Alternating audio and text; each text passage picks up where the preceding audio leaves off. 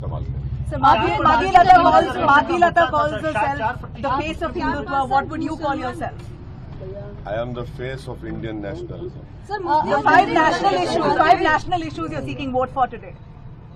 I've already said it, but I don't want to get into this trap of appealing for vote on the day of polling when the campaigning. What are your five national issues, sir? No, there are many issues. See, what I feel the people of India should understand, especially the youth, the Narendra Modi government has done what they have done with the Indian Army recruitment with Agniveer.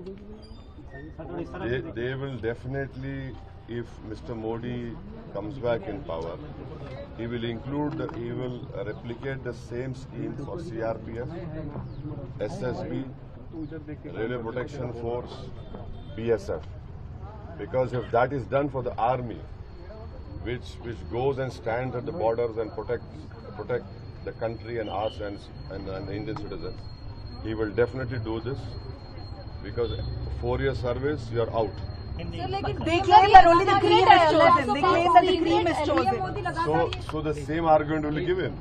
Secret alliance. So see, if this can be done for the army, why won't this government do it, which we don't want? Now, can you imagine at the age of 22, 23, the youth is unemployed after having done 4 years. But they get benefits after 4 years. What benefit? There is no benefit. There is no pension, no medical, no education. Nothing is there. So this is what I'm appealing to the youth of India. Please understand this. अभी उसको हिंदी में बोल देता हूँ कि मैं ये बताना चाह रहा हूँ इस मुल्क के युवाओं को, जो इस देश की आबादी का 50% हिस्सा है, जो हमारे देश का मुस्तकबिल है और जिनके कंधों पर इस देश को चलाने की जिम्मेदारी आएगी। मोदी सरकार ने जब अग्निवीर की स्कीम आर्मी में ला ली और 4 साल के बाद आपको निकल जाना पड़ता है, वैसा ही ये करेंगे सीआरपीएफ में, बीएसएफ में, आरपीएफ में, एसएसबी में। तो ये आपको समझने की जरूरत है और वही आर्गुमेंट देंगे, आपके हाथ में 20 लाख आ जाएंगे, आप वो कर लीजिए। तो ये बहुत बड़ा मुद्दा है। रेलवेज में भी करेंगे, नहीं करेंगे, और आरपीएफ में तो करेंगे। So what's your take on the India Bloc Alliance? I am not part of it, so I cannot comment on it. लेकिन आप समर्थन कर रहे हैं, उनके लिए इशारा किया है आपने। 75 साल की असद जी, आपने प्रधानमंत्री नरेंद्र मोदी को रिटायर किया जाएगा, उनकी जगह पर अमित शाह प्रधानमंत्री बनेंगे, आम आदमी पार्टी का आरोप है। इसके ऊपर आप कुछ रिएक्ट करना चाहिए?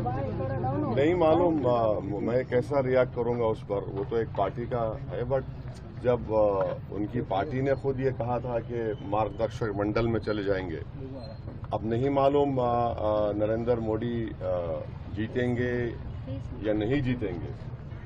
जीतेंगे या नहीं जीतने पर भी वो मार्गदर्शक मंडल में जाएंगे नहीं जाएंगे नहीं मालूम। तो ये तो उन्होंने तो अपने पार्टी के लीडर्स को किया है, बट ये उनकी पार्टी का फैसला है, मैं उस पर तबसरा नहीं कर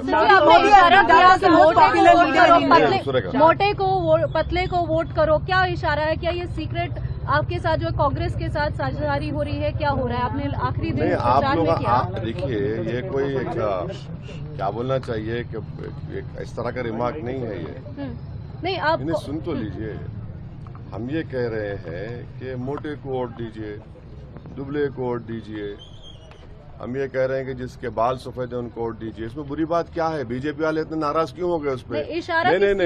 नहीं, बीजेपी वाले तो क्या बोलते हैं, ट्रॉल करना शुरू कर दिए। ओ इसी, अरे भाई सब चीज है ना भाई। आप अपने लीडर को बोलते 56 इंच का, हम बोल रहे मोटा है, मोटे को कामयाब करो। हम बोल रहे दुबले को कामयाब करो, जिसके बाल सफेद है उनको कामयाब करो। तो इसमें बुरी बात कॉन्स्टिट्यूएंसी में उनका नाम पर लगता है सर पॉसिबल है 400 पार? देखिए, 400 पार का जो नारा मोदी ने दिया, भारत के दलित और जो संविधान से मोहब्बत करते हुए समझ गए कि ये 400 पार का मतलब ये है कि बाबा साहब अम्बेडकर का संविधान गया, आरक्षण गया, या बेसिक स्ट्रक्चर चला जाएगा, आर्टिकल 29, 30 गायब। तो ये मैसेज जा चुका है। Still Modi is considered